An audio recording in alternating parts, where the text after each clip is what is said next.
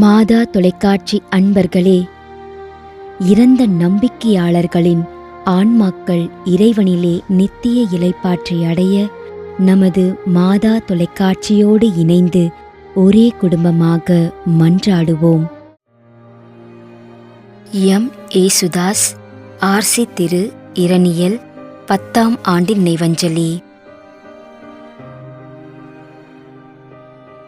திருமதி C V. Mary, Sowripalayam 6ஆம் ஆண்டு நினைவஞ்சலி.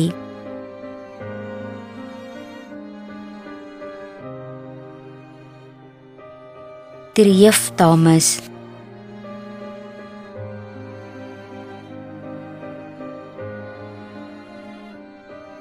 லீலா ஜெயசிங் 30ஆம் நாள் நினைவஞ்சலி.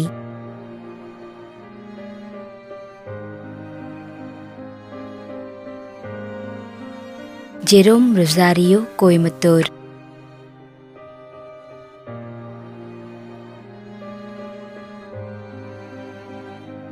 ஐ. ரோனிமோஸ், சென்னை.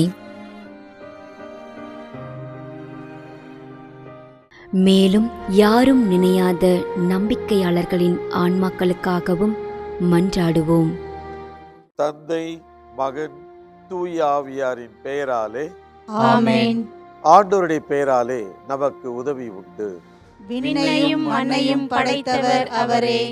திருவெளிப்பாட்டு நூலிலிருந்து வாசகம். அதிகாரம் 14, இறைவார்த்தை 13. விண்ணகத்திலிருந்து ஒரு குரலை கேட்டேன். இது முதல் ஆண்டவரோடு இணைந்த நிலையில் இறப்போர் பேறு பெற்றோர் என எழுது என்று அது ஒலித்தது. அதற்கு தூய ஆவியார், ஆம், அவர்கள் தங்கள் உழைப்பிலிருந்து ஓய்வு பெறுவார்கள், ஏனெனில் அவர்களின் செயல்கள் அவர்களை பின்தொடரும் என்று கூறினார்.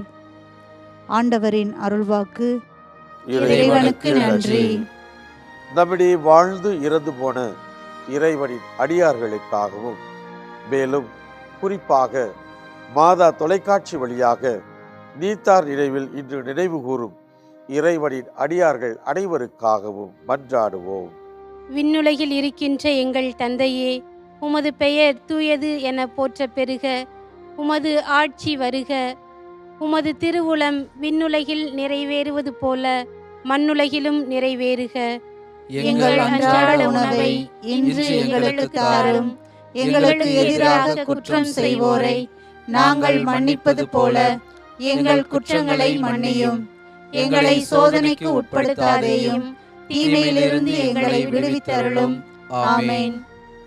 மன்றாடுவோமாக. இறைவா, இரக்கம் காட்டுவதும் மன்னிப்பு அளிப்பதும் உமது இயல்பு.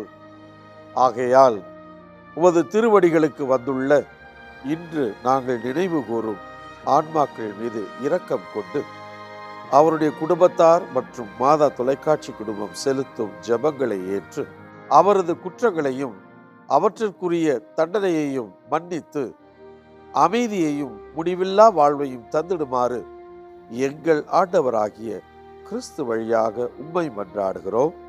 ஆமென். நிலையான இளைப்பாறுதலை ஆண்டவரே இவர்களுக்கு அளித்தருளும். முடிவில்லாத ஒளி இவர்கள் மேல் ஒளிர்வதாக. இறந்த நம்பிக்கையாளர்களின் ஆன்மாக்கள் இறைவனின் இரக்கத்தினால் அமைதியில் இளைப்பாறுவனவாக. ஆமென்.